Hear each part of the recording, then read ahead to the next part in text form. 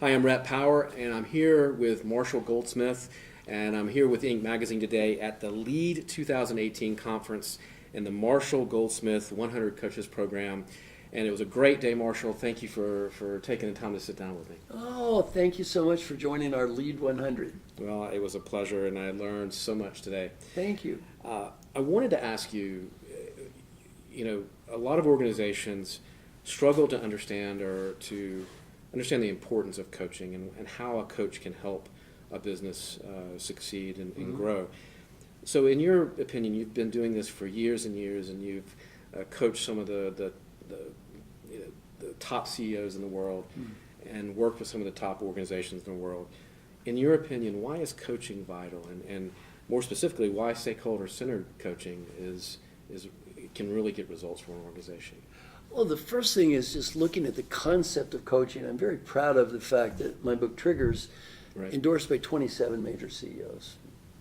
Winner of the Presidential Medal of Freedom, CEO of the Year in the United States, President of the World Bank, CEO of Target, on and on and on. Right. What I'm so proud of that is 30 years ago, I don't think very many CEOs would admit to having a coach. They've been ashamed or embarrassed. Today, they've realized coaching is a fantastic opportunity. How many of the top 10 tennis players have a coach? 10.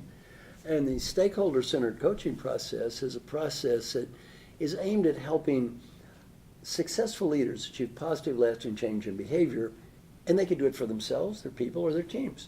So the process is focused on the importance of identification. Who are those key stakeholders? Right. Who are those key stakeholders first? And then what's the right behavior? You get feedback. Then you pick important behavior to improve. We have a very clear follow-up structured process. And then you achieve positive, lasting change in the most important behavior as judged by the most important people, which I think is why it's taken off. It's, I think, by far the most popular form of coaching in the world today. Right.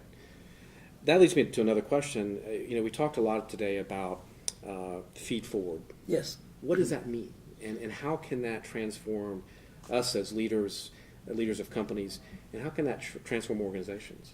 Well, feed forward is kind of the centerpiece of all my coaching and leadership development work.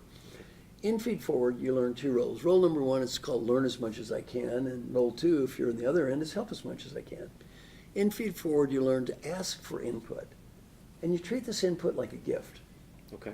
You don't judge, you don't critique, you thank people for giving you the input. That's hard. Well, that's very hard. It's a discipline.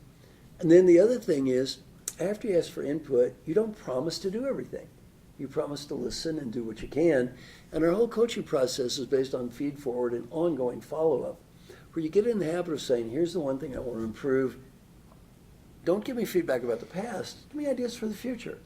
Feedback tends to be seen as negative, punitive. Right. If I ask people, how do you feel when somebody says, I'd like to give you feedback? They feel awkward, anxious, nervous. Right. Feed forward is positive. You've been through it. I've done it with thousands of people from around the world, hundreds of thousands. They usually say it's positive, upbeat, helpful, fun, and you get just as much done anyway. You feel good about it. That's what's good about it. You feel good about it. It doesn't feel like a negative or punitive experience. You can cover 80% of the same content, yet you do it in a much more positive and efficient way, because you don't waste a lot of time arguing and critiquing and judging. Right. Thank you. Are there activities our readers can do every day to lead a happier? We talk a lot today about it's a choice to be happy and a choice to lead a happy life. Are there activities that people can do every day that help them have a more positive day? And oh yeah, I'm going to give you just what do you do every day that people could duplicate that would help them? I'll give you one suggestion. It takes literally 2 minutes a day, costs nothing, helps people get better at everything, just about. 6 questions. And each question begins with the phrase, did I do my best to? The first question is, did I do my best to set clear goals? Rather than waiting for other people to set goals for us, did I do my best to set goals for myself? Question number 2, did I do my best to make progress toward achieving my goals? Okay. Question number 3, did I do my best to find meaning rather than did someone else give me meaning? Question number 4, did I do my best to be happy? That's one of those 4 questions. Yeah. Did I do my best to build positive relationships with others? And did I do my best to be fully engaged? Now, we've collected research from thousands of people. Just by answering these 6 questions every day, we found that a huge number of people achieve positive change. 39% of the people get better at everything, about 75% get better at 4 out of 6, 91% get better at something, 9% stay the same, and almost nobody gets worse.